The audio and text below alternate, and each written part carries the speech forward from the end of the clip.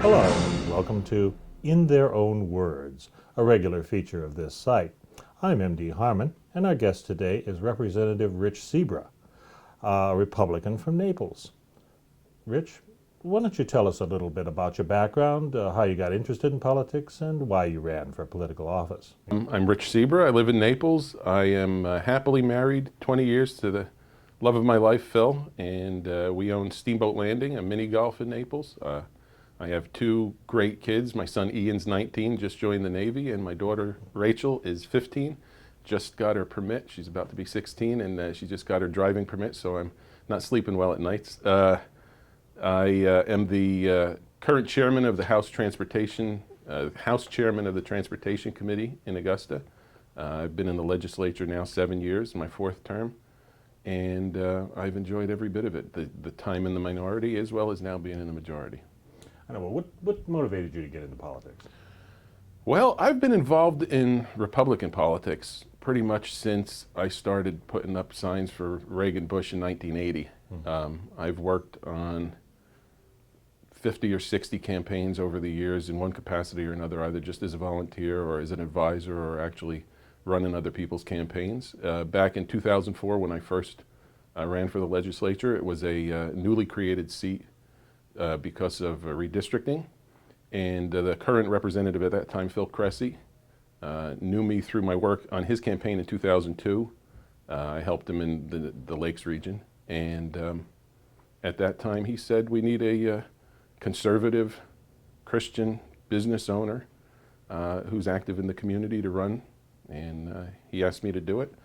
And I sat down with my wife and I tried to write up a list of why I shouldn't do it, and that list was short, and the reasons to do it was a lot longer. As a business owner, I encountered the state and ended up banging my head against the wall more times than I'd even like to recount here. I mean, the regulations, we owned an ice cream parlor, and some of the regulations just infuriated me, and I said, you know, I'm not going to wait for somebody else to fix the problem, so I ran. I won my first race in a slim margin, but after that, all the margins have been bigger, and I've really enjoyed it. I've been very active.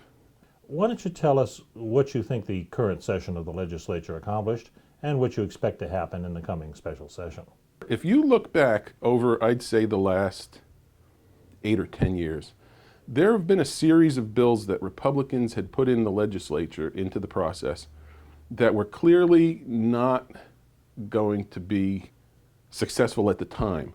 But I think if you look at those bills, some health insurance reform bills, some tax reform bills, there's a list of issues there that these bills were in their sort of, I call it the incubation stage when we were in the minority. I sponsored a bunch of bills at the time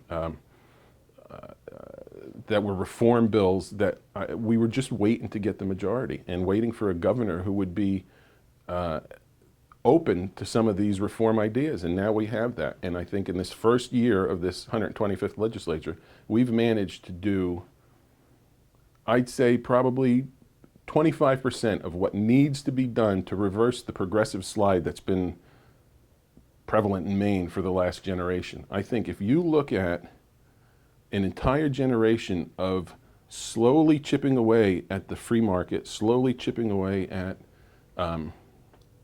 the state's ability to recruit and to get businesses to come to Maine, you can see a deliberate pattern over a generation of a tightening of the regulations on business. And I think we've started to hammer away at that, and we've really done a lot this year. If you look at the list of bills that have been signed into law by the governor, I'm fortunate, you know, when it comes to reform, I look at I look at the turnpike reform bill that I sponsored and we got through. I mean, there are areas of government that needed to be reformed, and there are things that the government does that stifle business that have already started to peel away at the onion, and we're making progress. Okay.